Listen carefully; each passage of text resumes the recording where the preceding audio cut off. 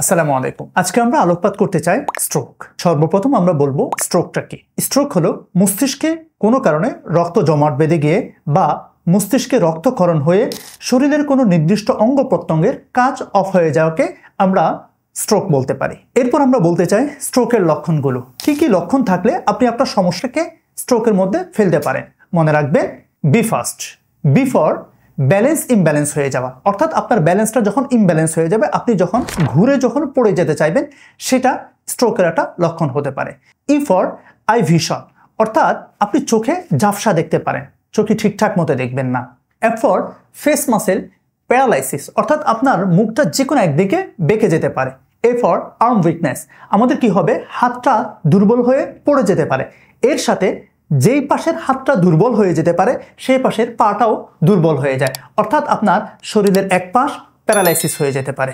As for speech difficulty, অর্থাৎ আপনি সুন্দর করে সাজিয়ে গুছিয়ে কথাগুলো বলতে পারবেন না, আপনি যেভাবে কথা বলতেছেন এটা আপনার জন্য ঠিকঠাক মতো হচ্ছে না। T for time to emergency, এখন আপনাকে ইমার্জেন্সি যে কোনো একজন ডক্টরের শরণাপন্ন হতে হবে। এরপর আমরা বলতে চাই কি কি লক্ষণকে আপনি মেনটেন করলে স্ট্রোক থেকে মুক্ত থাকতে পারবেন।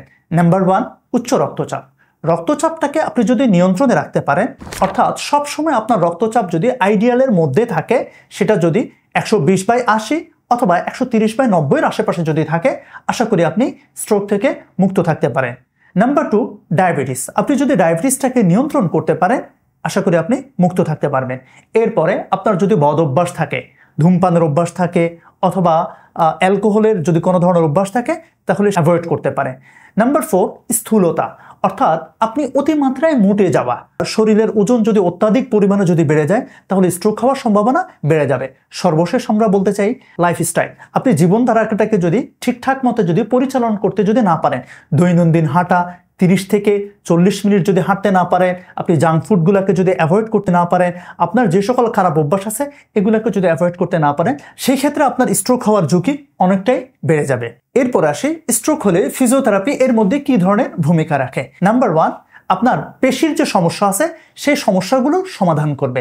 নাম্বার 2, আপনার জয়েন্ট যে কন্ট্রাকচার হয়ে যাওয়া, অর্থাৎ জয়েন্টটা রিজিড হয়ে যায়, সেটাকে ঠিক করার জন্য ফিজিওথেরাপি খুব গুরুত্বপূর্ণ ভূমিকা পালন করতে পারে। নাম্বার 3, দৈনন্দিন জীবনে আপনার কাজকর্ম করার ক্ষেত্রে যে অসারতাগুলো এসে পড়ছে, এগুলো দূর করার জন্য ফিজিওথেরাপি গুরুত্বপূর্ণ ভূমিকা পালন করে।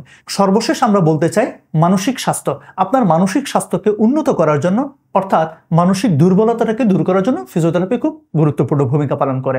একজন ফিজিওথেরাপি এক্সপার্টের কাছে গিয়ে আপনার সম্পূর্ণ ইভ্যালুয়েশন করে ফিজিওথেরাপি গ্রহণ করলে আপনি স্বাভাবিক জীবনে ফিরে আসতে পারবেন।